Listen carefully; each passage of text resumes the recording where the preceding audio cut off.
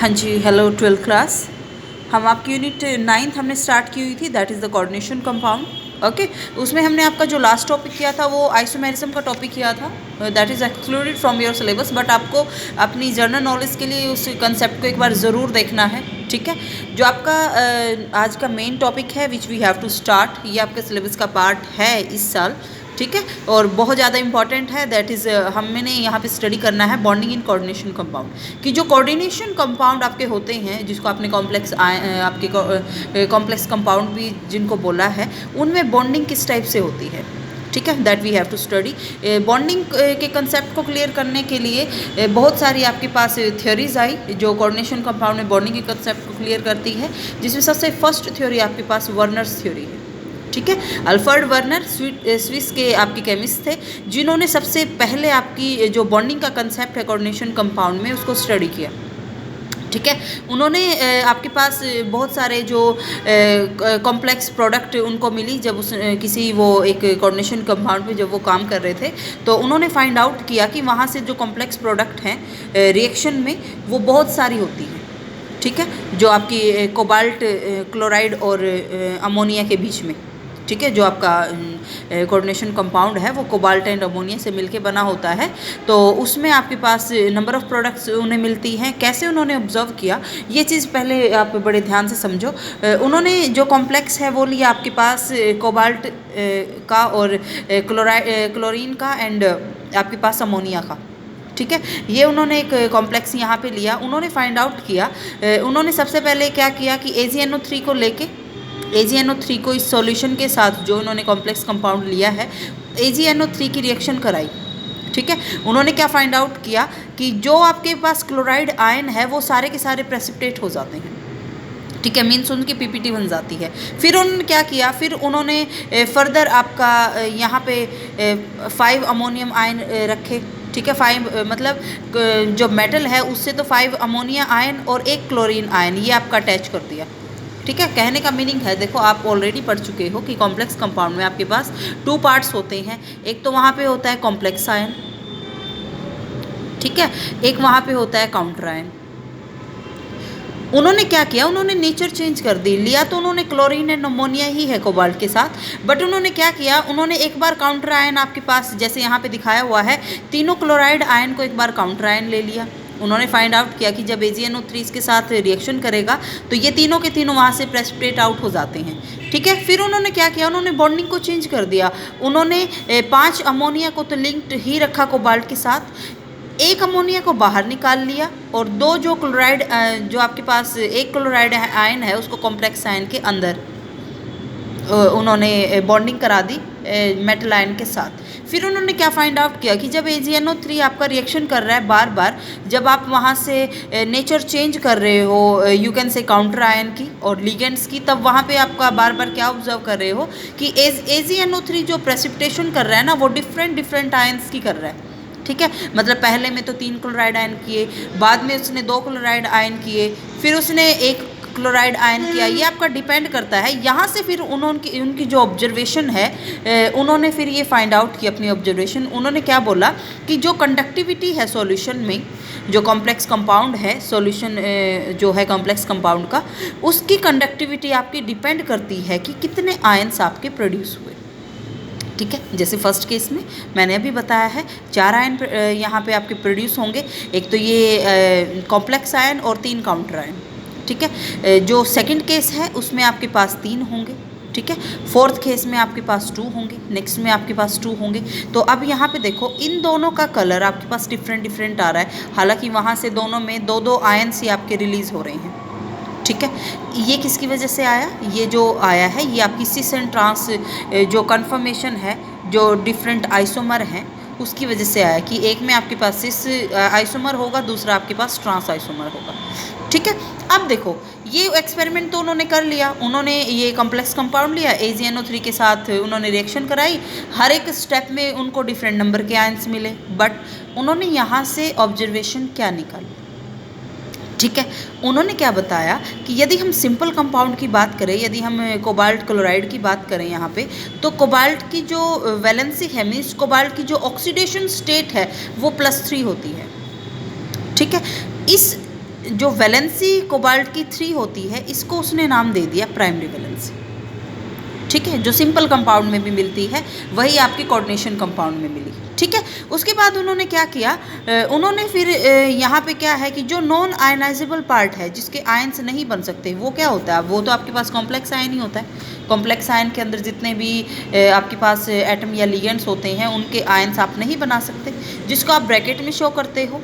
ठीक है, या यू कैन से जितने लिगेंड अटैच हैं कोबाल्ट के साथ, जैसे यहाँ पे आपके पास वो 6 हैं, फर्स्ट केस में 6 लिगेंड अटैच है यहाँ पे, तो 6 जो होगा वो कोबाल्ट की सेकेंडरी वैलेंसी होगी।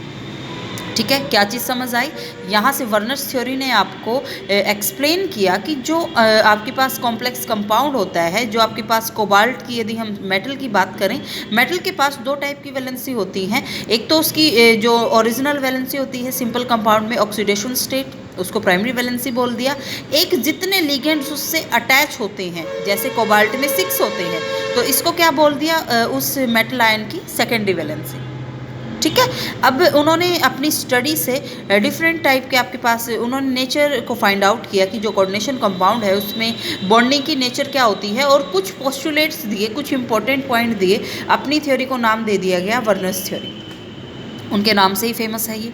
अब पोस्टुलेट क्या थे? सबसे पहले उन्होंने क्या एक्सप्लेन किया, यही बात कि डिफरेंट आयन जब वहाँ से जर्नेट हुए तो उन्होंने फाइंड आउट किया कि मेटल के पास 2 टाइप की वैलेंसी होती है। एक तो होती है प्राइमरी वैलेंसी, एक होती है सेकेंडरी वैलेंसी। प्राइमरी जिसके आयन बन सकते हैं, जो आयंस प्रोड्यूस करती है। सेकेंडरी वैलेंसी क्या होती है, जो आयन प्रोड्यूस नहीं करती, मींस जो कॉम्प्लेक्स आयन जो होता है आपके पास, जो स्क्वायर ब्रैकेट के अंदर होती है, मींस लिगेंड्स कभी भी आपके आयन प्रोड्यूस नहीं करेगा। ठीक है, ये चीज़ आप पहले ऑलरेडी पढ़ चुके हो जनरल इंट्रोडक्शन में। तो प्राइमरी वैलेंसी आपके पास क्या होती है, प्राइमरी वैलेंसी आपके पास जो वैलेंसी होती है मेटल की, जो जब वो सिंपल सॉल्ट में जो एग्जिबिट करती है, जैसे मैं यहाँ पे बात करूँ कि आपके पास जो प्लेटिनम क्लोराइड है, इसमें प्लेटिनम की ऑक्सीडेशन स्टेट कितनी है, +4। यहाँ पे कोबाल्ट की कितनी है, +3। कॉपर की कितनी है, +2। जो सिल्वर है उसकी कितनी है, +1। तो मीन्स ये सारी की सारी क्या हुई, सिंपल कंपाउंड में जो उसकी वैलेंसी होगी वो उसका क्या होता है, ऑक्सीडेशन स्टेट। तो सिंपली आप प्राइमरी वैलेंसी को क्या बोल सकते हो, oxidation state of metal. Secondary valency क्या होती है, सेकेंडरी वैलेंसी आपके पास जो लिगेंड अटैच होते हैं मेटल आयन के साथ कॉम्प्लेक्स आयन के अंदर, जिसका आप यदि आप कोऑर्डिनेशन कंपाउंड में आयन फॉर्म करते हो, आयनाइजेशन करते हो, तो जितने काउंटर आयन है वो अलग अलग निकल जाते हैं। एक अकेला आपके पास जो निकलता है वो आपके पास कॉम्प्लेक्स आयन होता है। ठीक है, तो जो लिगेंड अटैच होते हैं आपके मेटल के साथ, उनको उसने क्या नाम दे दिया, सेकेंडरी वैलेंसी। ठीक है, और ये चीज़ आप पढ़ के आ चुके हो, जितने लिगेंड अटैच होते हैं मेटल आयन के साथ, वो उसका क्या डेजिग्नेट करते हैं, कोऑर्डिनेशन नंबर। ठीक है, जैसे यहाँ पे आपके पास एग्जांपल दिया हुआ है कि प्लेटिनम में जो अमोनिया के साथ जो उसका कॉम्प्लेक्स है उसमें 6 लिगेंड अटैच है, तो मीन्स इसका कोऑर्डिनेशन नंबर कितना होगा, प्लेटिनम का 6, कोबाल्ट का कितना होगा 6, कॉपर का 4, यहाँ पे सिल्वर के केस में 2। ठीक है, आई थिंक आपको ये समझ आ गया होगा, यही सबसे मेन पॉइंट है इस थ्योरी का। ओके, उसके बाद सेकेंड पोस्टुलेट इन्होंने क्या बताया आपको, सेकेंड पोस्टुलेट इन्होंने बताया कि हर एक मेटल दोनों की दोनों वैलेंसी को सेटिस्फाई करती है। ठीक है, प्राइमरी वैलेंसी को भी, सेकेंडरी वैलेंसी को भी। ठीक है, जो आपके पास प्राइमरी वैलेंसी है वो सेटिस्फाई कौन करता है, जो नेगेटिव आयंस होते हैं, जैसे यहाँ पे क्लोराइड आयन है आपके पास। ठीक है, और सेकेंडरी वैलेंसी आपके पास सेटिस्फाई कौन करता है, वही सेम बात है जो लिगेंड्स होते हैं। ठीक है, अब जो इंपॉर्टेंट बात आती है वो यहाँ से समझो आप, थर्ड पोस्टुलेट आपका बोलता है कि जो लिगेंड अटैच है मेटल आयन के साथ, ये चीज़ आप पढ़ के आ चुके हो, वो एक ज्योमेट्रिकल अरेंजमेंट में अरेंज होते हैं, मीन्स उनकी एक डेफिनेट ज्योमेट्री होती है मेटल के अराउंड। कहने का मीनिंग क्या, कि यदि आपके पास सेकेंडरी वैलेंसी, जिसको आप सेकेंडरी वैलेंसी बोलते हो, यदि लिगेंड अटैच हुए 6, ठीक है, लिगेंड अटैच कितने हुए 6, तो वहाँ से आपका क्या बनेगा, ऑक्टाहेड्रन बनेगा। तो हमेशा याद, सॉरी, जिसको आप प्राइमरी वैलेंसी बोलते हो, प्राइमरी वैलेंसी आपके पास क्या होती है, हमेशा नॉन डायरेक्शनल, जैसे ये क्लोराइड आयन। लेकिन ये आपके पास जो लिगेंड अटैच हैं वो आपकी सेकेंडरी वैलेंसी होती है, उनकी तो एक पर्टिकुलर ज्योमेट्री होती है, तो वो आपके हमेशा किस नेचर के होते हैं, डायरेक्शनल नेचर के। याद रखना ये चीज़, ठीक है। डायरेक्शनल नेचर कैसे, जैसे 6 लिगेंड अटैच हो तो ऑक्टाहेड्रन कॉम्प्लेक्स बनाएंगे। आपके पास यदि यहीं पे 4 लिगेंड अटैच है तो स्क्वायर प्लेनर, ठीक है। तो मीन्स जो स्पेशल अरेंजमेंट होती है उसको आप क्या बोलोगे, कोऑर्डिनेशन पॉलीहेड्रा, ठीक है। तो कहने का मीनिंग है कि जो सेकेंडरी वैलेंसी है वो स्टोइकियोमेट्रिक जो स्टीरियोकेमिस्ट्री है वो डिफाइन करती है किसी भी कॉम्प्लेक्स की, ठीक है। अब यहाँ पे देखो, हम यहाँ पे अब आपका स्ट्रक्चर कैसे बनाएंगे, हम बार बार पढ़ रहे हैं सेकेंडरी वैलेंसी स्ट्रक्चर बनाती है। तो यहाँ से एक चीज़ देखो आप, एग्जांपल हमने ले लिया कोबाल्ट क्लोराइड का अमोनिया के साथ, ठीक है। यहाँ पे आपका क्या फाइंड आउट किया कि जो यदि हम AgNO3 को डालें तो वहाँ पे जो क्लोराइड आयन है उनकी प्रेसिपिटेशन हो जाती है, ठीक है, क्योंकि उनकी जो लिंकेज है वो किसकी कौन सी लिंकेज होती है, प्राइमरी वैलेंसी की, ठीक है। लेकिन आपके पास जो रिमेनिंग Cl और आपके पास जो NH3 आपके मॉलिक्यूल होते हैं वो तो आपके फिर कोबाल्ट जो मेटल होती है उसके अराउंड आपके एक पर्टिकुलर डायरेक्शन में आ जाते हैं। कहने का मीनिंग क्या है यहाँ पे, जैसे डिफरेंट आयन्स बनाए तो ये Cl आपका जब अंदर चला गया कॉम्प्लेक्स आयन के तो वो आपका क्या किसकी तरह एक्ट करेगा, लिगेंड की तरह, ठीक है। तो मतलब ओवरऑल आप बार बार ये चीज़ पढ़ते हो कि आपके पास जो ये ज्योमेट्री है ये किस टाइप से होनी चाहिए, डायरेक्शन लिगेंड्स की ऐसे होनी चाहिए कि उनके बीच में रिपल्शन कम हो। रिपल्शन कम होगी तो जो ज्योमेट्री है वो आपकी क्या होगी, ज्योमेट्री आपकी एक डेफिनेट शेप देगी, ठीक है, मीन्स ज्योमेट्री आपकी स्टेबल होगी। तो यहाँ पे आपके पास दिखाया हुआ है कि आप प्राइमरी एंड सेकेंडरी वैलेंसी को कैसे यहाँ पे शो करते हो। देखो सेकेंडरी वैलेंसी लिगेंड होते हैं जो एक पर्टिकुलर डायरेक्शन में अटैच होते हैं, जैसे यहाँ पे दिखाया हुआ है लिगेंड सारे के सारे क्या है, अमोनिया। तो जो आप डार्क लाइन से दिखाए हुए हैं दे आर लिगेंड्स जिनकी एक डेफिनेट ज्योमेट्री होती है। जो आपके डॉटेड लाइन से दिखाए हुए हैं जो नॉन डायरेक्शनल नेचर के होते हैं वो आपके पास क्या होते हैं, काउंटर आयन, जो आपकी प्राइमरी वैलेंसी होती है, ठीक है। लेकिन जब आपका एक क्लोराइड आयन अंदर चला गया तो ये आपका लिगेंड की तरह एक्ट करेगा, लिगेंड की तरह भी एक्ट करेगा, और ये आपका आयनाइज तो यहाँ से सिर्फ 2 होंगे, लेकिन ये था किस नेचर का, ये था तो आपका नॉन डायरेक्शनल नेचर का ही, ठीक है। तो अंदर जाके जो ये दिखाया हुआ है ये आपका रिप्रेजेंट करता है कि जो नॉन डायरेक्शनल नेचर का आयन था वो अंदर जाके आपका लिगेंड की तरह बिहेव करता है, ठीक है। ये आपके पास डिफरेंट दिखाए हुए हैं, ओके। जो सॉलिड एंड डॉटेड लाइन आपकी दिखाई हुई है वो हमें रिप्रेजेंट करती है कि जो क्लोराइड आयन है वो दोनों की दोनों आपकी जो वैलेंसी है उनको सेटिस्फाई करता है, प्राइमरी को भी सेकेंडरी को भी, ठीक है। ये चीज़ अपने माइंड में रखना। अब यहाँ से इम्पॉर्टेंट ऑब्जर्वेशन जो उन्होंने आपकी निकाली है वर्नस थ्योरी ने अपनी स्टडी से, वो उन्होंने क्या निकाली है कि जो कॉम्प्लेक्स कंपाउंड है, कॉम्प्लेक्स कंपाउंड में जो सेंट्रल मेटल आयन है, कॉम्प्लेक्स कंपाउंड की जो कहने का मीनिंग है जो प्रॉपर्टी होंगी ना कॉम्प्लेक्स कंपाउंड की, जो उसका रिएक्शन करने का तरीका होगा वो ना तो सेंट्रल आयन की प्रॉपर्टी से मैच करेगा ना ही लिगेंड की प्रॉपर्टी से मैच करेगा, ठीक है। तो कहने का मीनिंग है कि जो ये कोबाल्ट है ना, जो ये कोबाल्ट अमोनिया का जो कॉम्प्लेक्स है ये कोई रिएक्शन ऐसी नहीं देगा कि जो कोबाल्ट आपका रिएक्शन देता हो और कॉम्प्लेक्स आपका आयन जो है वो ज़रूरी नहीं है कि वो रिएक्शन वो दे, ठीक है। अमोनिया कोई रिएक्शन दे रहा है तो ज़रूरी नहीं है कि ये कंपाउंड वो रिएक्शन दे, ठीक है। यहाँ से सिर्फ आपके जो प्रेसिपिटेट होंगे वो आपके पास क्या होंगे, सिर्फ आपके क्लोराइड आयन्स, ठीक है।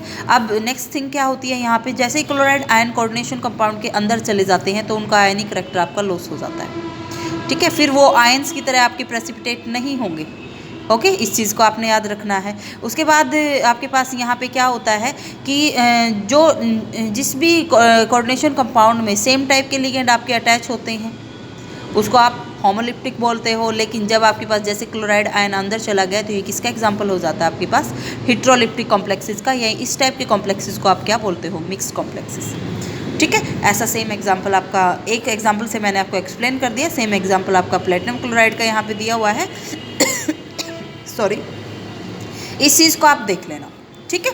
उसके बाद आपके पास यहाँ से जो लिमिटेशंस आई वर्नस थ्योरी की वो आपके पास क्या आई कि इसने आपका ये एक्सप्लेन नहीं किया कि कोऑर्डिनेशन कंपाउंड आपके पास कुछ एलिमेंट ही ऐसे क्यों होते हैं जो कोऑर्डिनेशन कंपाउंड बनाते हैं, हर एक एलिमेंट आपका कोऑर्डिनेशन कंपाउंड क्यों नहीं बनाता, ओके। उसके बाद इन्होंने बोला कि जो कोऑर्डिनेशन स्फीयर आपके पास होता है उसकी डेफिनेट ज्योमेट्री क्यों होती है, ये भी उसने एक्सप्लेन नहीं किया। उसने आपका एक्सप्लेन नहीं किया कि जो कंपाउंड होते हैं क्या वो आपके पास डेफिनेट मैग्नेटिक या ऑप्टिकल प्रॉपर्टी पोजेस करते हैं। ठीक है, तो ये जितने भी आपके पास क्वेश्चंस हैं इनका आंसर देने के लिए आपके पास further theories I coordination compound की बॉन्डिंग को जो एक्सप्लेन करती है, उसको हम 1 बाय 1 आपका स्टडी करेंगे। ठीक है, तो फर्स्ट थ्योरी जो हम नेक्स्ट आपकी स्टडी करेंगे वो वीबी थ्योरी होगी, नेक्स्ट आपकी सीएफटी थ्योरी होगी। These two other theory are the not the part of your syllabus. ठीक है, तो यहाँ तक आपने आज कवर करना है। कोई प्रॉब्लम है, कुछ चीज़ समझ नहीं आती वर्ण थ्योरी में, तो आप मेरे से पूछ लो। ठीक है, थैंक यू।